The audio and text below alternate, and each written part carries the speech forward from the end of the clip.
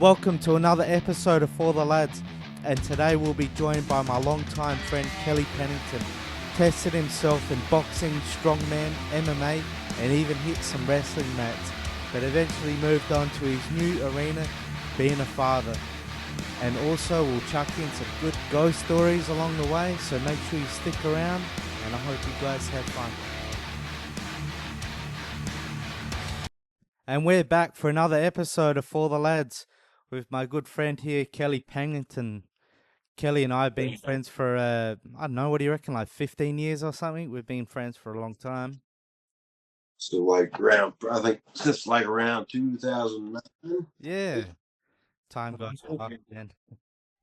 However many years that is, yeah. It goes to 16 years. Yeah, something like that, yeah. Yeah. You're living abroad, man. You're seeing the world. Yeah. You know, you're living life. It's awesome. I'm a fan of, I like just seeing that you're doing well. Thanks. You know, you lost your dog and like we was talking about that the other night, they're family, man. So Yeah, 100%. people don't get that stuff, but yeah. So just watching your life, man, you're doing really well, stuff. So Thanks, yeah. brother. Yeah, I appreciate that. Yeah, mate, I'm dogs all the way. They sleep on my bed, they trash my couch, but I love them, so they get away with it, you know? Exactly. Yeah, I get really irritated when somebody walks to the door and Kane, he's jumping up here. Hey, how you doing? How you doing? They're like, get down, get down. Like, I'll first say hi. It's his house. Yeah, that's right.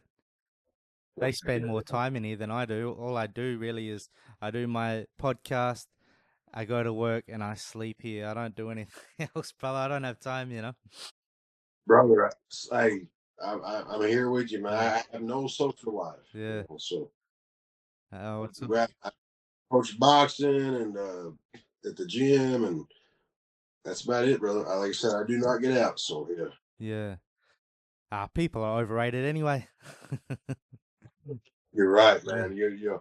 I'm you get to a certain age in life, and your cutoff game is quick. Yes. You realize somebody's a piece of shit. Yeah. You can make mistakes at a certain age, but when you get to a certain stage in life and you make decisions, that's just who you are. You can't apologize for it. It's not something you're gonna work on, so you Mm. just got to cut those people off. And I see a lot of that, man. My cutoff game is strong in my older age. Yeah, 100%, mate. 100. Look, yeah, I don't have any tolerance for bullshit. We're either on the same page or we're not, you know? Exactly, bro. But yeah, Kelly, I really appreciate you taking the time for this, man. I know that you got some stories and We talked the other day on the phone for a little bit, and it was just good to talk to an old friend, and just seemed like it's just going to be a good time. And like I said, I was honored that you'd even think to ask me on, so that's yeah, man, awesome, man. 100%, brother. Yeah, I know that you've been a part of the game for a long time, and yeah, I can't wait to get into this, man. All right, so yeah, we talked about some bullet points. So let me just start off by saying that I was brought up different. My dad didn't start up until I was 3 years old, and used to take me into the bars and put me on the pool table and drink and drive with me in the car. But when I was 3 years old, he sobered up, and like when I was 4 and 5, he used to get my brother and me to fist fight in the front yard for entertainment. My brother always took it easy, man. I never did get it, but my brother always took it easy. Man. I didn't know. I was just like, let's fight, man. And, so I always loved fighting. When I was growing up, and so did all that, and then eventually, have rough upbringing, man.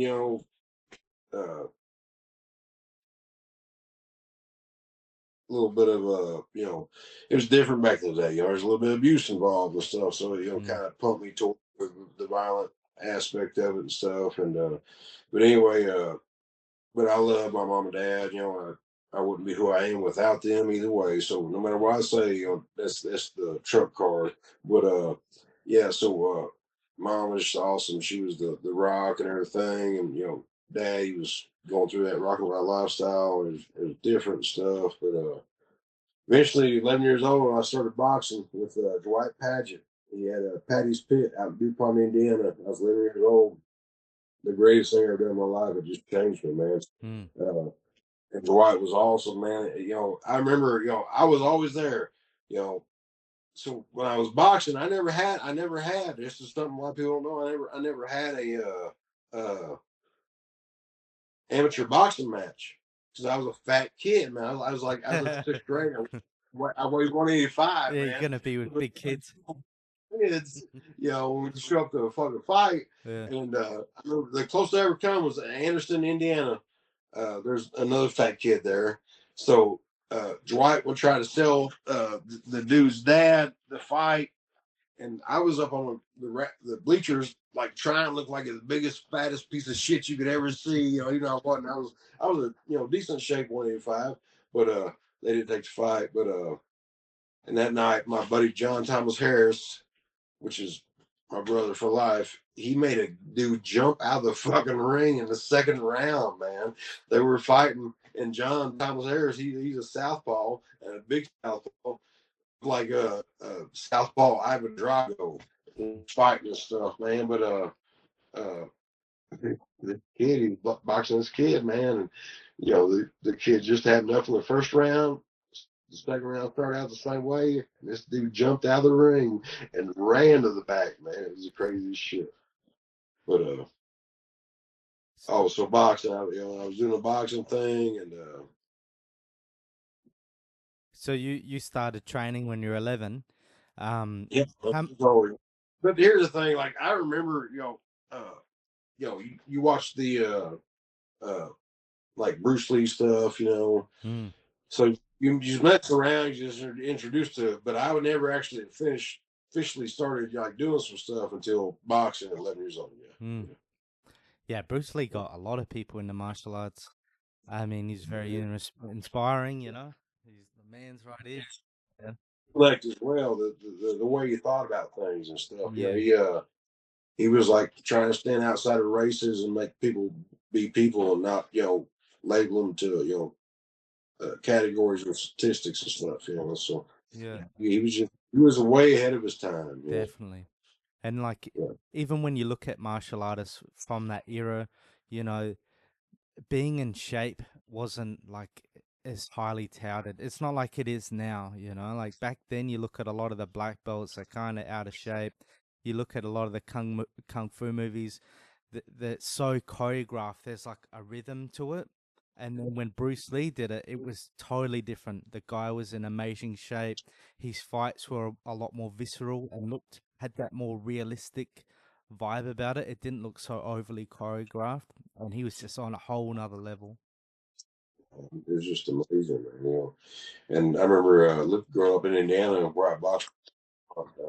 That boxing was up in Indiana, and going up at like 11, 12 on every Saturday morning. It was like a Bruce Lee movie on. So Yeah, watching that and stuff, and then getting into boxing and just But then we moved from up there after my grandmother's death down to Kentucky, mm, and this was when I was like 15, 14, 15, I don't know, somewhere around there. And there was nothing down here, dude, in Kentucky. I'm in Kentucky now, but yeah, there was nothing down here as far as like boxing, wrestling, nothing, man. There was nothing down there. Street fight. I started doing a lot of street fighting. That's when I first realized I could knock people out. Like was and then started doing some tough bands. I did a tough band, dude. Check this out. I did a tough band one year in like '95, right? And I weighed 264. oh shit. Oh, I got a job that summer at a cemetery named Philly Cemetery, and all I'd do is eat a bologna sandwich, drink a quart of Nesquik chocolate milk, and was smoking cigarettes. I lost 80 pounds, or yeah, 80 pounds that summer. So Yeah. the next year in '96, when I went back into the tough man, I weighed 169. Oh shit. You do crazy shit. Lost like a I whole was, person's body weight off of him. oh shit. And check us out. So the next year, I scored one of my fastest knockouts ever. I fought a dude, and like when you're fighting, man, so you do a lot of things when you get into the hold on a second. Yeah.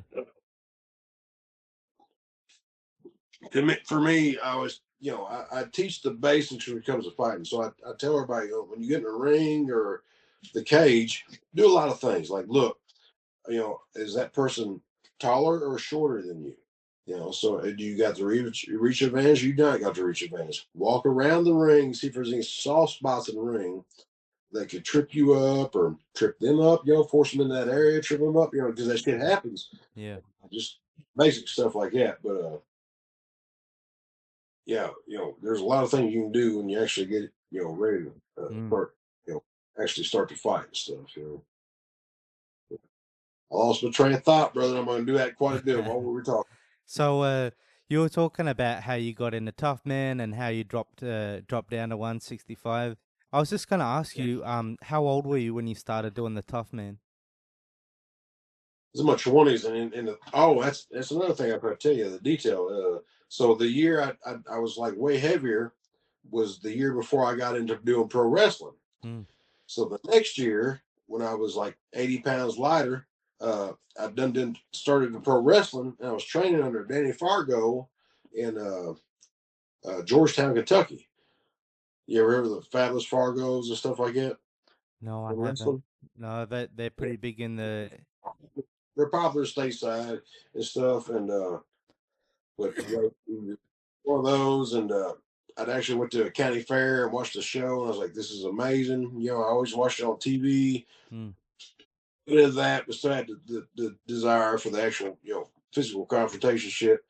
Did that for a long time, and actually was really successful. And then the business started to die off, at least for the independent scene. Like, it was not as big any independent promotions late that time that were drawing big crowds. Like, mm, even we went out to Massachusetts one time, and I think they had 80 or 90 people. You mm, know, we still got paid. We got put in a hotel room. Everything's cool and everything, but the wrestling just started to die off. And then I got hurt really bad. I got my ankle broke when I was doing a flying pancha off from the ring to outside in 2007, mm. and that's when I was like, man, I gotta quit because these guys just ain't training. They're wearing shit that you buy at fucking Walmart to the ring and stuff.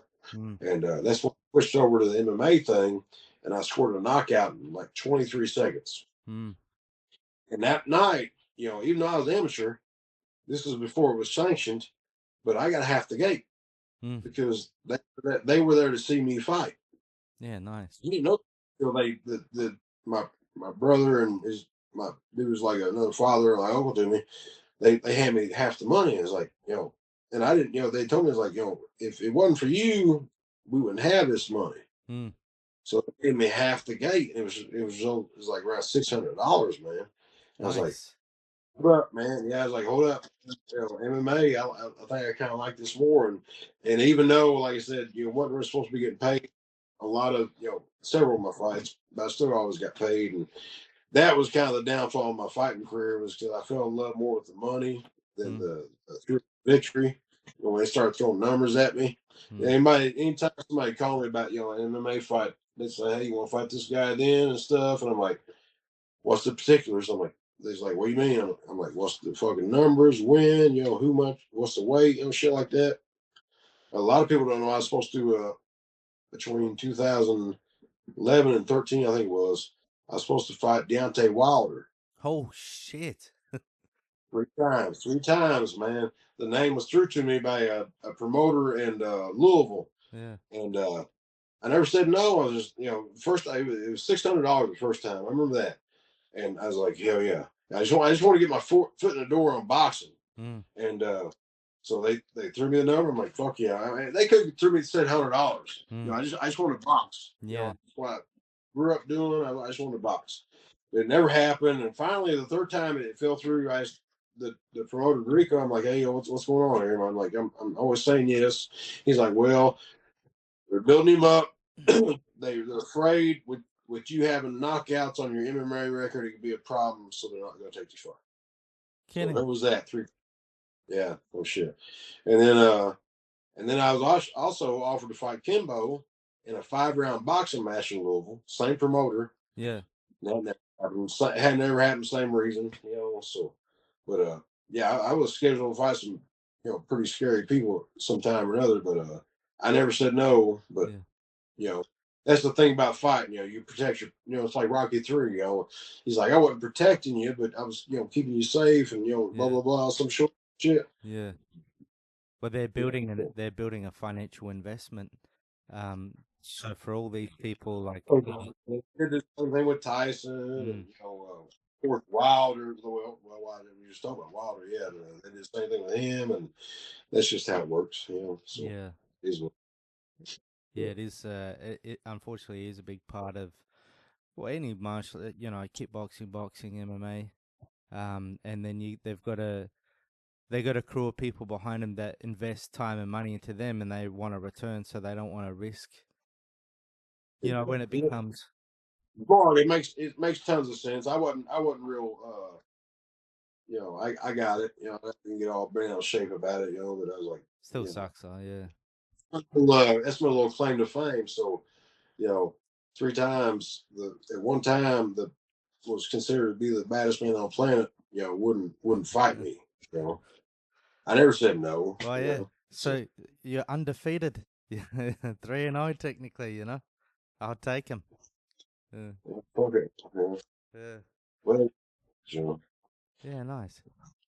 So you know, like I said, a lot of my fights, you look, of course, I had, a lot of knockouts and stuff. And then, anytime somebody beat me, they wrestle me to the ground because the word got out that I got hit hard. mm, So they threw the ground and choked me out, which I wasn't a big fan of wrestling on the ground with a dude. I do the submission grappling 4 seasons, and stuff.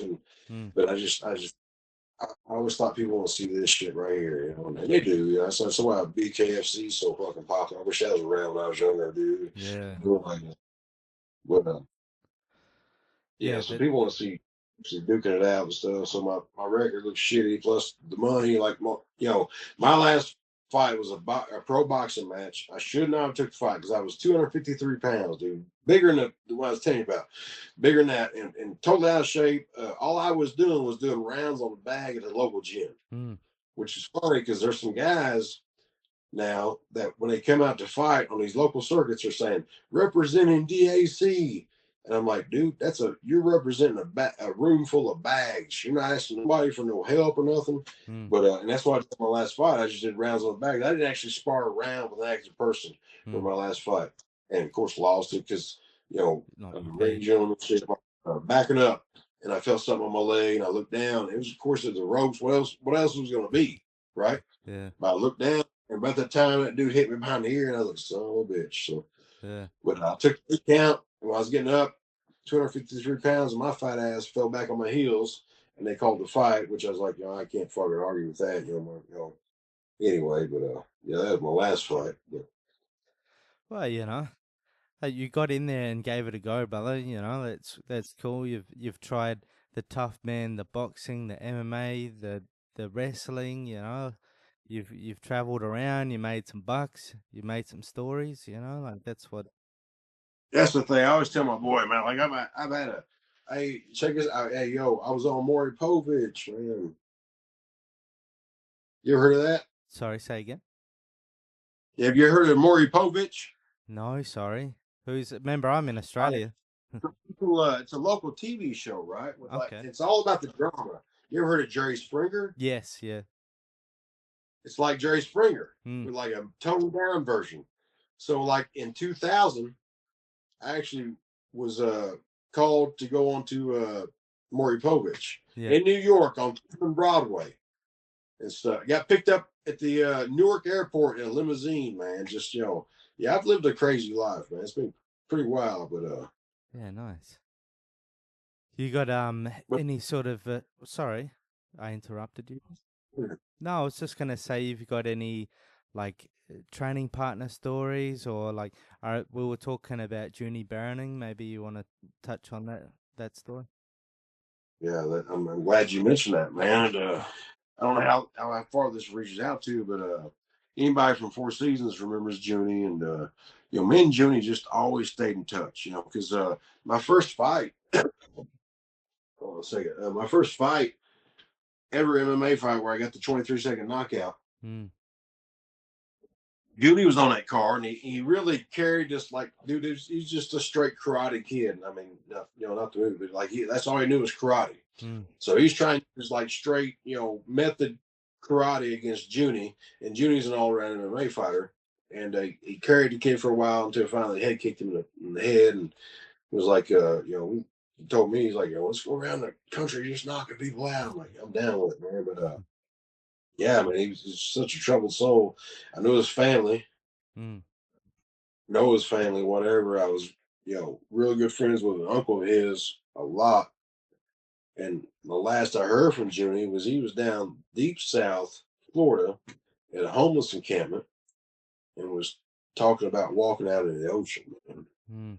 I was like, I was like, you got your girl? I was like, yeah, but just I don't know.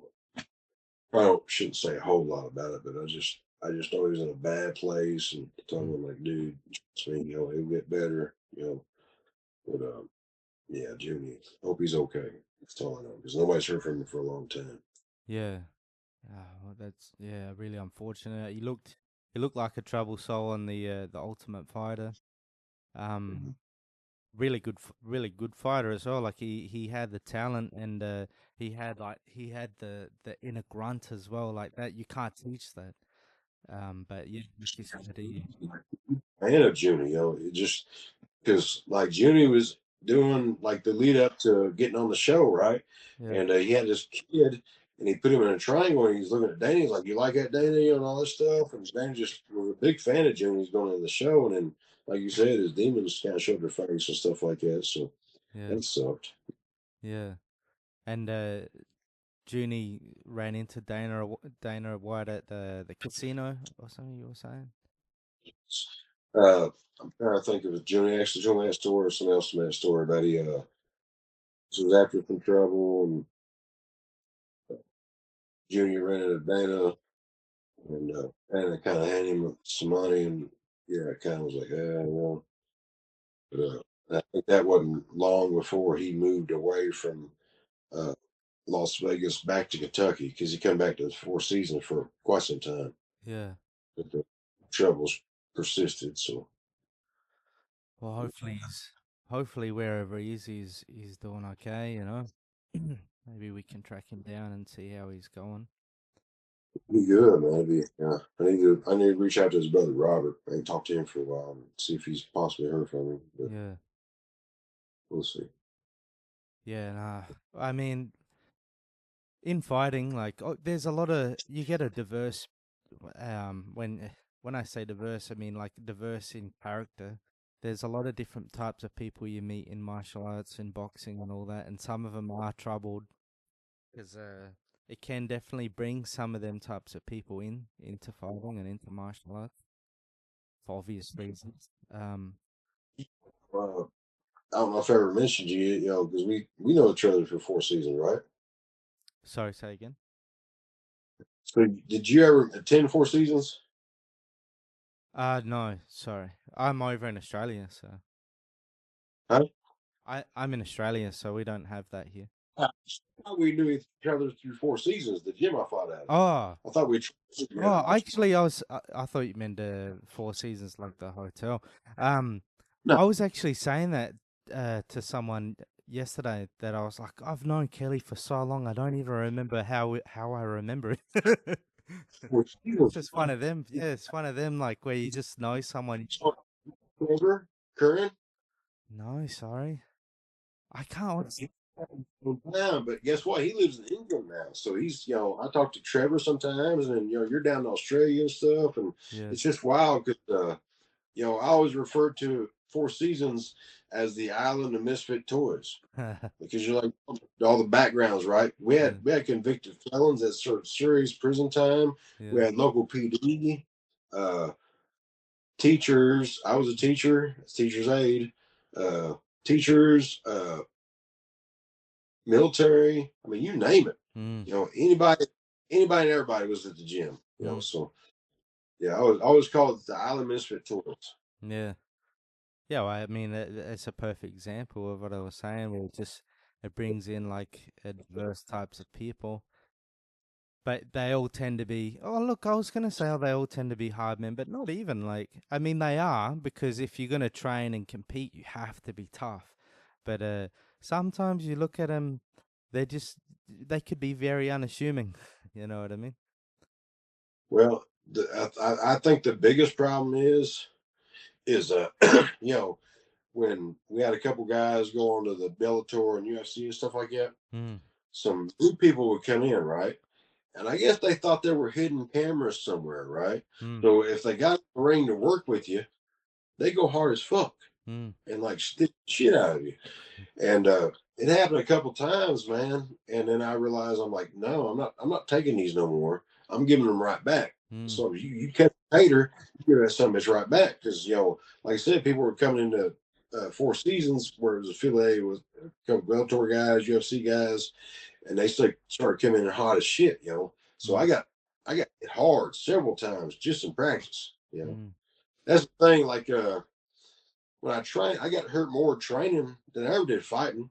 And definitely. then people, when I get in a fight, like in my fight videos are on YouTube, they're all over YouTube. It ruined my MMA career. Everybody knew what they was getting into when I turned pro because they all saw my old videos and stuff like that. But uh, the lead up to the fights, what was bothered you mentally. But when the fight actually come for me, it was like a big sigh of relief. Like Definitely. you're ready to do what you trained to do all this time. It's gonna Yeah. be over. Yeah, the Yes. waiting for it sucks. But once you It was in once you're the walking injury. out to it, yeah, once you're walking out the ring, you don't think about it anymore. Like it's all the waiting around and all that sort of that's the worst part. The door, I was just like, dudes be like, man, you wasn't nervous a bit. I'm like, no, man, Yeah, no. All the nervous stuff is over. yeah, You're doing it. That's what it's all about. So yeah, yeah. yeah. I definitely agree with that. Um, I think the only times where I might have been a little bit more concerned than normal is when I wasn't maybe doing the right things as far as training goes. And I went in like underprepared. I remember one fight I had because I only competed amateur boxing, but one of the fights I had, right, I'd been up for about 3 days, and then I turned up to compete. I was out of it because I'd been up on fucking speed. You know what I mean? Like, Wondering if that's what yeah, it was. yeah, yeah. Yeah, I had been up for like 3 days, bro. I didn't have a mouth guard and I didn't bring a cup and I had to get a cup off someone else and I duct taped it on and then we went down the road. We went down the road and I brought this fucking mouth guard, but it wasn't like it wasn't a fight one. It was like one of the rugby ones, so your top and bottom teeth set in it. Put that Yeah, together, jumped in and fucking luckily I won. But that was more to do with the fact that maybe that lad wasn't the best than than my preparation. But I guess I was just young and a bit, a little bit loose. that's awesome. Yeah. That's cool. I remember when the fight finished right and they rang that final bell. I like jumped on the ropes pretty much because I was so fucking tired. Because I was feeding him like I was moving alright, but like it was all of I was deep down though. I was struggling. That's pretty good. But yeah, well, it's it is what it is. Um, yeah, unfortunately, yeah, when I was young, maybe, yeah, I didn't have a very good head on my shoulders, but I made it through. So I will say is about the pro wrestling thing. I took the rock and roll lifestyle kind of approach to it. yeah, You know, so the being on the road, hotel rooms, women and stuff like that. yeah, Had I taken a different approach, I might have been successful at it because I was pretty popular on the Eastern United States when I was doing pro wrestling. I was all over the place doing TV and stuff like that, and getting calls from people I never talked to and stuff. And yeah, yeah, it's all about having your head on your shoulders and shit like that. So yeah. Look, I always used to really beat myself up for all the wrong decisions I made and all the things I should have done differently, and it used to always really bother me. But like, I don't know, I kind of just let it go, just because it is what it is. And like, I was, And you yeah, you do, man.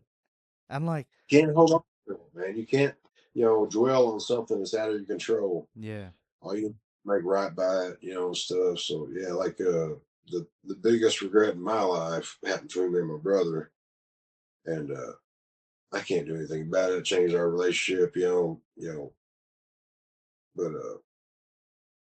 you can't dwell on it, man. no, You can't read it. All you can do is try to do right by it mm, as you live through. But we were best friends, and I ended up, throwing hands at him and stuff, and yeah, putting up, and yeah, that sucks. And Cassidy's even asked me, my son, you're my son. yeah, yeah, And, he's like, Dad, what's your biggest regret? I'm like, that right there, man, because we were really close and shit. yeah. You know, And you don't think there's any way to mend that? we'll see, man. Time will tell. He's been he's acted kind of different after that happened and stuff, but you know, just time, man. Mm. Everything's about time. So Yeah, that that old saying that time heals all. I mean, it might not heal everything, but it definitely can make a difference. Um, you read a thing about that. They talk about time healing. mm, I think time hardens. mm, You know, I don't think time actually heals. It just hardens. You get used to seeing so much. Like loss in your family. People pass. Stuff like that. mm, You know, it don't get healed. It's just your heart hardens to stuff like that. So mm. you know, Yeah, the yeah, longer you live, definitely you're going to experience more loss and more disappointment. But exactly. also, like you were saying before about with people, but that goes with all things is, um, yeah, you just like the smaller things just don't bother you as much. Like you let things go a little bit more, and then but on the flip side of that, you let people go as well. Like you just aren't, you're busy as well. Like I'm too busy. You can't be trying to work on relationships when it gets to a certain point. You Yeah, got to kind of walk away. yeah, The main thing is keeping your own peace. You just got to keep your own peace. yeah, No, don't let anybody interfere with that. yeah, definitely. Yeah, like I was saying before, like I, cause I started I started smoking weed when I was 11. I was a proper drug addict by the time I was 16, and then when I finally got off the drugs, like not completely off but not doing them all the time, I was an alcoholic for like a big portion of my 20s.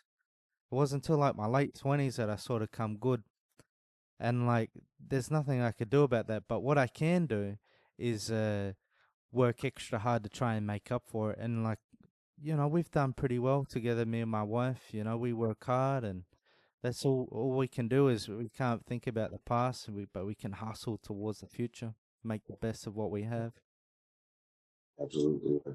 You know, everybody, at some point or another has a crutch, they lean on. Mm, Uh, but get to the point where you got crutches and you can just live life is kind of the pinnacle, right? So mm, yeah, I mean, but here's the thing, you can't dwell on stuff like that. And because dude, I could, yeah, well, we had like an hour and a half, right? I could go on for hours yeah, about growing up, doing some drugs.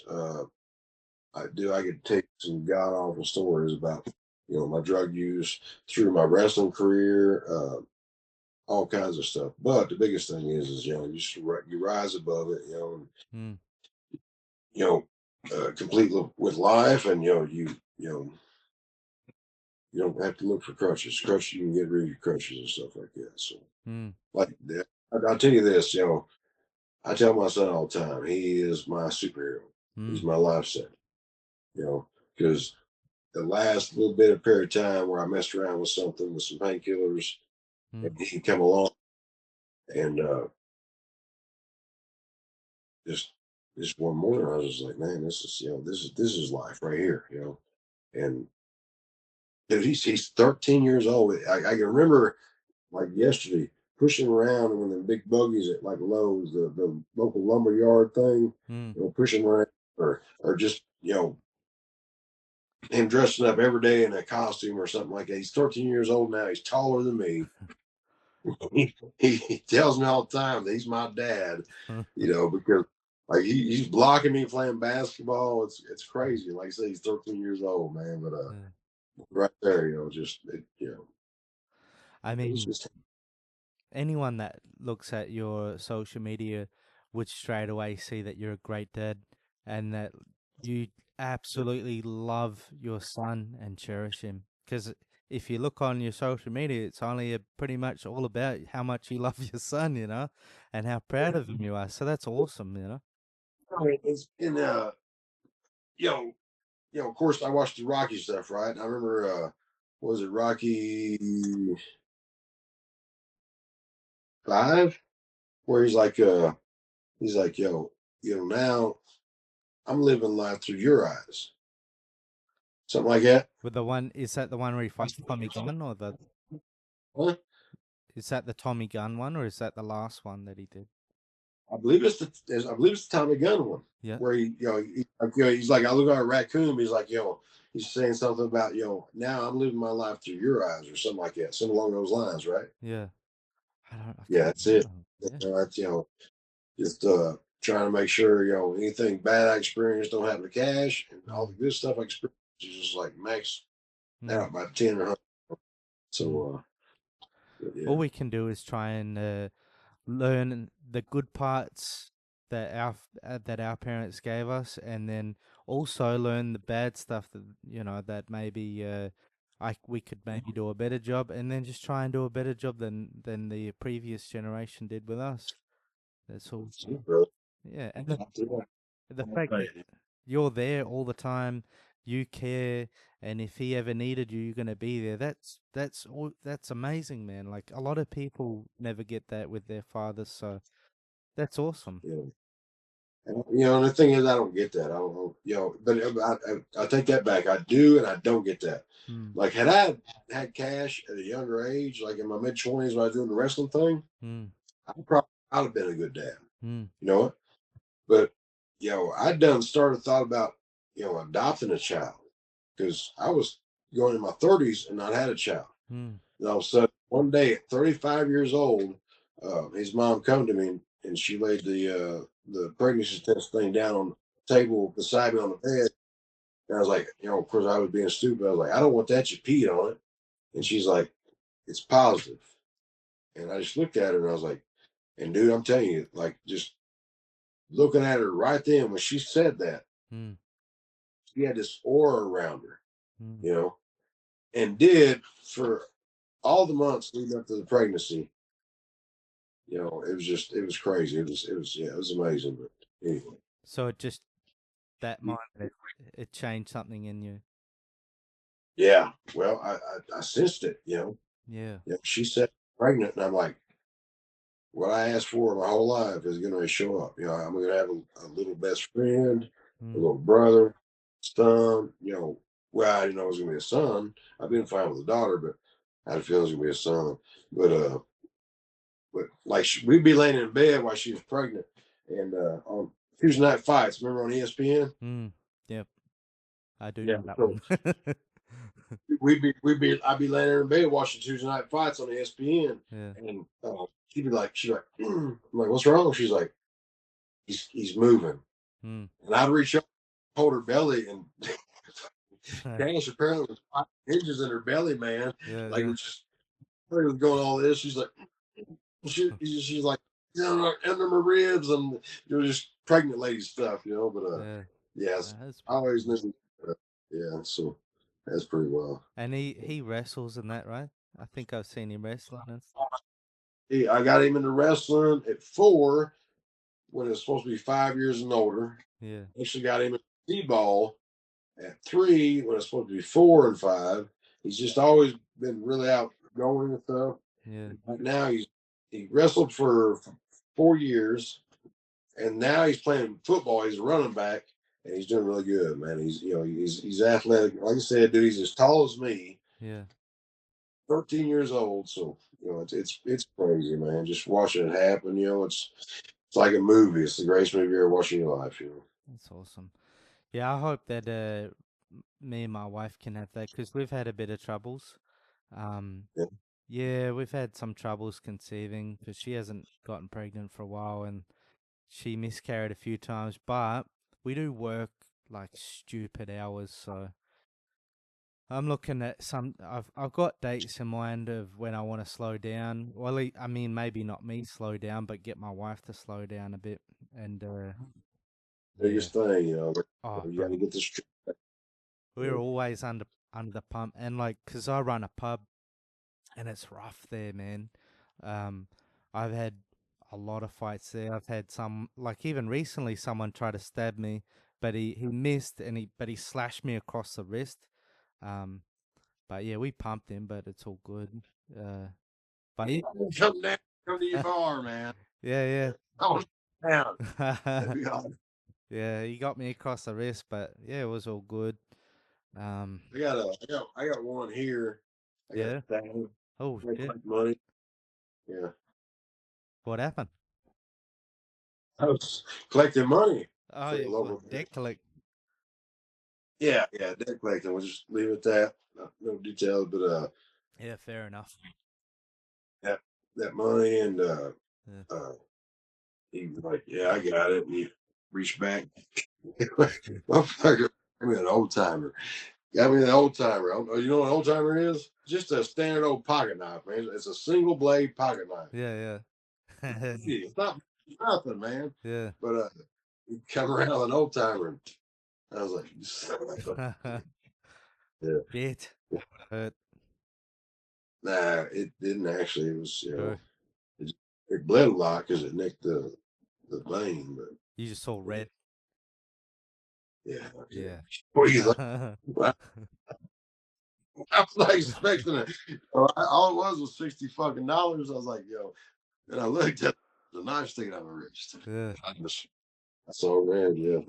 When old mate slashed me, I knew that he got me as well because felt like someone like flicked water on my wrist, you know? Yeah. And I'm just like, this It's guy. never, people think, never realize it. Yeah. Oh, you got cut by a knife. It must have been the most horrible. No, it usually happens and it's after the fact. You're like, oh, I got it. Yeah.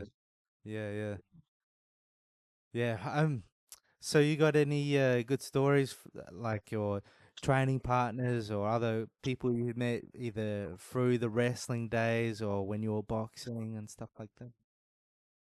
Man, I got a ton of wrestling stories. Let's see. I think. So when I started wrestling, I went to Georgetown under Danny Fargo, but there's a guy coming around named Tracy Smothers, Hmm.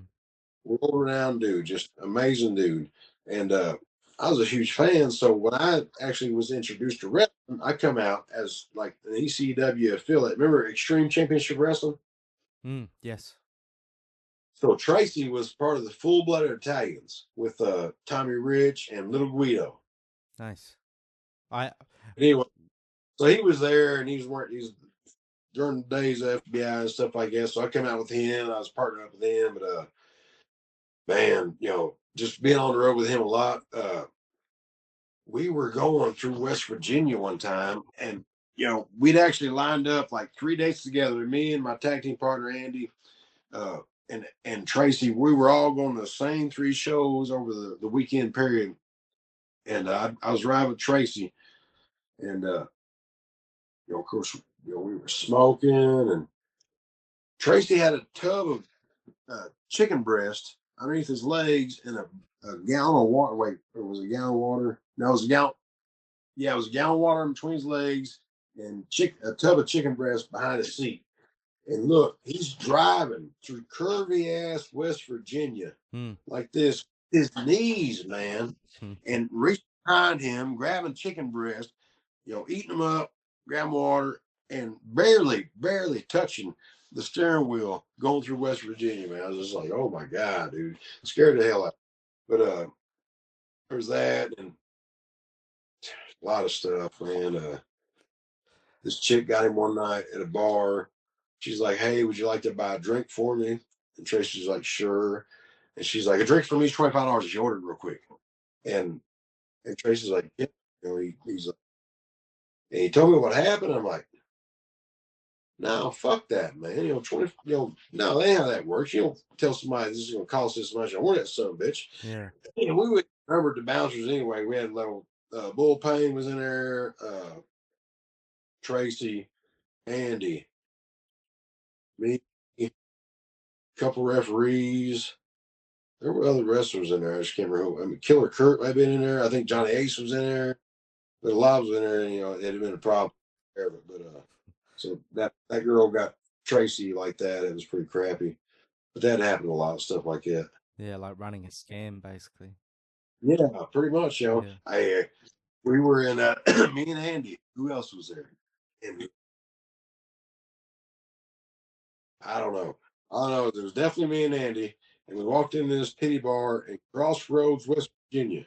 Pardon my language. Walked in this bar, and you walk down this long corridor, and you get into a really small bar area. I'm not. They could have used some of the corridor for the bar because the bar area was actually really small. But in order for the strippers to dance for you, Mm. you had quarters in the jukebox. But look, dude, so guess what? I looked through the jukebox. Guess what song I'm trying to find? November Rain. That song is 9 minutes long, dude. November Rain on the jukebox. So you're And like, you're gonna get your money's worth. yeah, so this chick's dancing. She quit halfway through the song, but I was like, yeah, I found November Rain on the jukebox. So I played it, man. Like I said, she quit halfway through the song. It was funny, but yeah, a lot of. And then one time and somewhere else in Virginia, West Virginia, or something, me and Andy were traveling because we was getting booked all over the place. Mm. And I walk into this motel. I'm like, "Hey, we need a room," and the dude's like, "For how long?" I'm like, "Sorry." I was like, "I'm sorry for do what?" He's like, "For how long?" I'm like, "For the night." It's a motel. What are you talking about? So then you know, we get the room and we're going down, and it's like the strip, like the California strip or something. Mm. Everybody's out socializing. So this motel we stayed at wasn't the best, and we actually backed the car up to where you could just barely open the door without busting the chain on the motel room door. Mm. And we left our gear in the car with the motel door chain open and just left the door open and slept in there like that till we had to be in the next town, which was like, I think it was I think it was like 70 miles away, but we drove like 20 the night before, got the hotel and got up and did the next 50 to get to the show the next day. Mm. So, but yeah, we didn't park with the car against the door because it's that sketchy, man. Apparently like a drug infested kind of place or something like that. You gotta really keep an eye on your stuff. Yeah, I mean, yeah, exactly. Just yeah, it's crazy. So obviously in your day you've lifted a lot of weights. What's some of your best lifts? Because you've obviously been pretty jacked. You've. So I benched. I did 320 on bench at some point when I was actually doing the powerlifting thing, which is really rough for your joints. Which I know you do the powerlifting thing, but it is rough on your body. Mm. But the most I ever benched was 320. Mm. I started squat 395. I was actually going for 405 when I tore a quadricep tendon. Oh shit. 305 was most I ever squatted. I'm not sure about but no, just I wish my learning to get in shape and fighting career had lined up at the same time. Mm. Maybe I'd have success and take it more serious and stuff like that. But so after, in 2015, my last fight, I can't fight no more. Mm. So that's when I really started get in shape like I'd never been in shape before. Mm. So like I was told people like, now I can't fight, so I'm just fighting the weights. So Yeah. I'm lifting. Biggest thing, man, is diet, and this. The biggest thing is diet. You Mm. just got to eat right because it's like my boy asked me like, Dad, you think one day I'll have abs? I'm like, dude, everybody's got abs. Yeah. It's just located under. That's right. You know, And that is his diet. You yeah, diet right, you show your abs. I You mean, know, maintain. So it's obviously a bit different for your lad because he's still a kid. But I always say abs aren't impressive unless you're at least 200 pounds. You know what I mean? Because I see crackheads with abs. You know, like you got to have a bit of muscle to go with it for them to count. yeah, the little skinny dude, 140, 150, walking down the street, Yeah, shirts off, got yeah, abs, but you weigh 140. yeah. You're a toothpick. You're literally like a dumbbell. Yeah, but yeah, you're right. And I've been around 190 before with abs and stuff like that. Yeah. It's one, you got to do abs about 3 times a week. Mm. And Mm. a good diet. You want to So show your abs like that works. you just go high protein, no carb. Man, I don't know. I don't label it anything. Right? I like jasmine rice. It's light. It's easier to make than brown rice, which everybody talks about. Uh, just the meats, protein. You got make sure you're getting your protein shakes in there. Mm. Uh, vegetables, and don't boil anything. Steam it. Mm. Steam your vegetables and stuff like that. But and I always tell people this: if you can't grow it or kill it, don't eat it. Yeah, that's well. I mean, that's a good way to live by. Yeah, so like think about like chips or Yeah, cakes or something. it There's just no chipper. There's no chipper cake free. yeah, yeah. So yeah, There's no pulling muffins like off the trees, you know. oh, just like an apple tree, but it's Yeah, fucking banana. yeah. Just let me rub it in this cream tree as well. While But just stay away from that stuff, and try just like I said, just simple. yeah. Uh, there's an old saying, and like every kind of sport, keep it simple, stupid. Mm. You heard that? Yes, I have. Yeah, Keep it simple, stupid. So as far as food, like I said, can't grow it, can't kill it, don't eat it. mm. Stuff like that. That makes it. People tired from having to work and do stuff. And also, I will say this: intermittent fasting, like on average, I eat once a day. That's it. It's True. usually at night. True. Yes. I guess as we get older as well, we don't need to eat as much. Um, Yes. I'm in pretty shitty shape at the moment, but it's quite hard just because like I said, and not to like oh poor me, but I work every day, 7 days a week, night shift from 8 p.m. to 6 a.m. And then I do this and like so, and I've got to give time to my wife, so like I'm just under the crunch. But when I get rid of the night shift, that is like going to be a big priority for me is to get in, I don't even mean like, I'm 40 nearly, I'm pushing 40. So it's not any like great shape, but just to be healthy, that'll be a priority for me. Absolutely. Yeah. I'm the same way. Like I've not been lifting for since October of last year. Yeah. So I'm not in the gym on a regular basis, and like I get winded, doing small stuff, and it's ridiculous. So I've got to get back in there, and you know, and just like before, I've got to do it for cash. I got to do it for myself, one, but I got to do it for cash to be in shape for him to stick around as long as I can, stuff like that. So I you know, think last time I had to go was maybe 2, 3 months ago, and I worked up. I did 120 on the bench, which is it 45's the big ones, the red ones. Is it 45 pounds? So 2 45s on each side. Um, I did that for a triple so you bring it down and like 1, 2, 3 press, so like a 3 second pause on the chest, and then I did 240 deadlift, which I'm not 100% sure what that is in pounds. it's usually about I double. it's over Like 500. 500 pounds, I think is like bar. it's over So five. It's over 500 because 500 is around 220 or 225.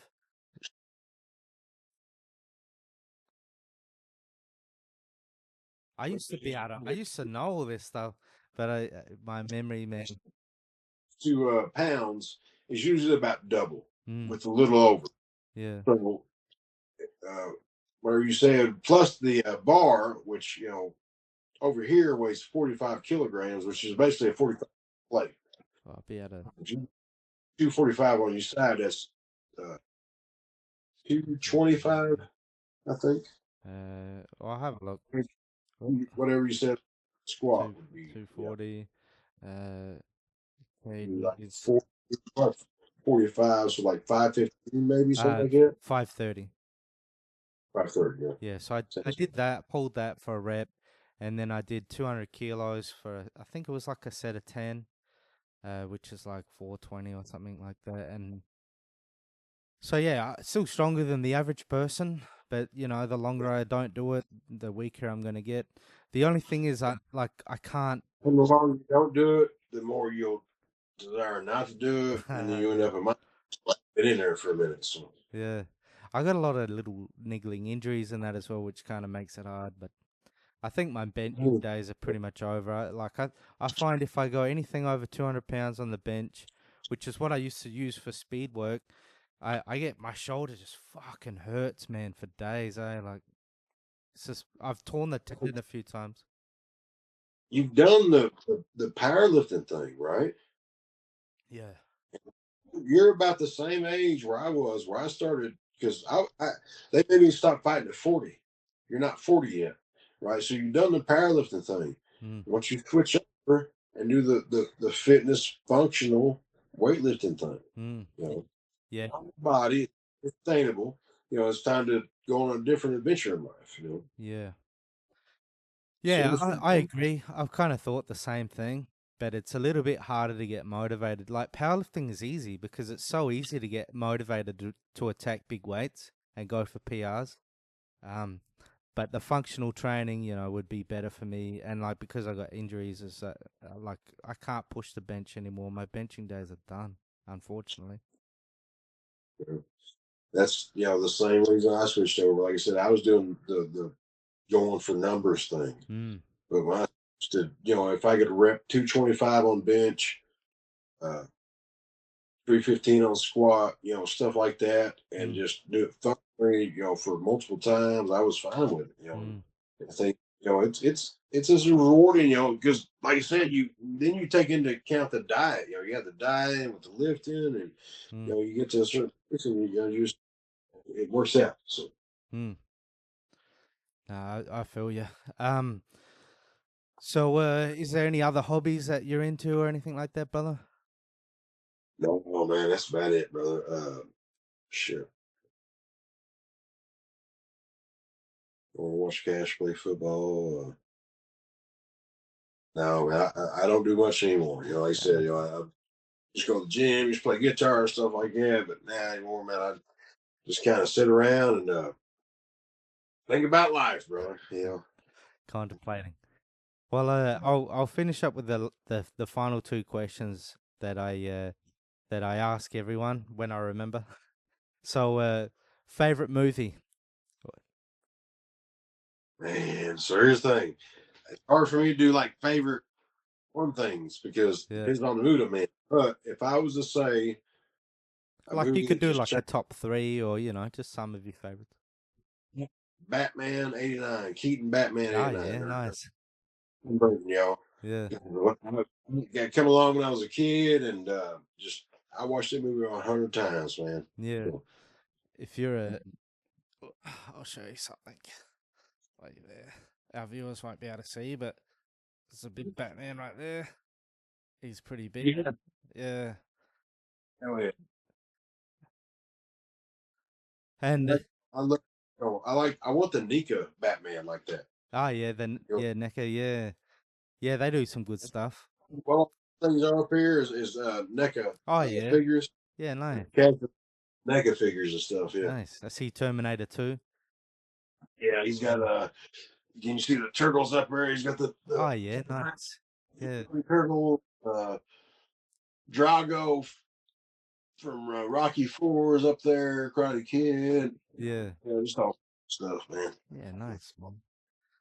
And so my final question: have you ever had any supernatural experiences? Absolutely, dude. That's the difference, brother. You don't think that's gonna be a flatline question? No, I've actually had tons of supernatural experiences, man. But so started. Remember when I told you I lost 80 pounds in the summer? Yeah. I did that working in a cemetery. Yeah. Yeah, Fair man. enough. So what? Yeah. Tell us some. Yeah. And then at one point, uh, so I worked there for a long time, left, come back, and then actually got a house on the cemetery grounds Mm. with my fiance at the time. Me and her lived there, and yeah, dude, I've got tons. Yeah, absolutely. So, is a short answer.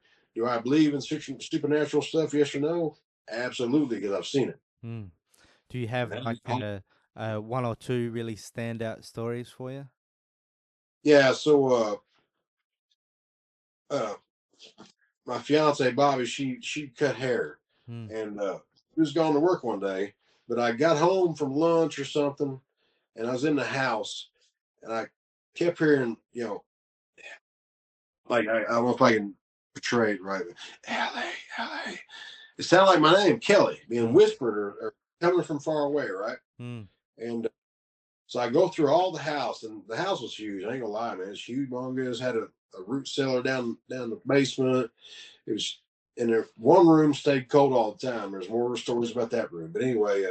So I'm going through the house. I keep hearing what I thought was my name being said. Mm. Well, so I go back from lunch, and I was telling Tom, the guy I worked for, and Jim, the guy I worked with, about what happened. And Jim, he, Boomhauer from like Hank Hill or King of the Hill, whatever. Mm. He talked. Jim talked like that. But anyway, I was telling him about it. So they walked me from my back door about 25 feet up into the cemetery, and there's a lady there named Ellie, and she had died in the house. Oh shit. Yeah, so that I kept hearing what I thought was my name, Kelly. Come to find out, it was Ellie, Mm. and she had died in that room that stayed really cold. Mm. So yeah, there's all other stuff that happened. Yeah, Mm. crazy stuff. You got another real good one we'll finish up on? So several people in the house would see a lady in a white nightgown walking barefoot, Mm. and the heater was in the hallway. And one night we were all there, and now granted we were smoking and doing some stuff, but this was back when if you didn't turn the TV off when the stations went off, you just got white noise, right? Mm. You know what I'm talking about? Yes. So, well, it was just this white screen of static. I woke up, I looked at the screen, I could see a guy like in a chair, kind of leaned forward like this, and just kind of looked, and I was like, what the hell? So I just turned the TV off.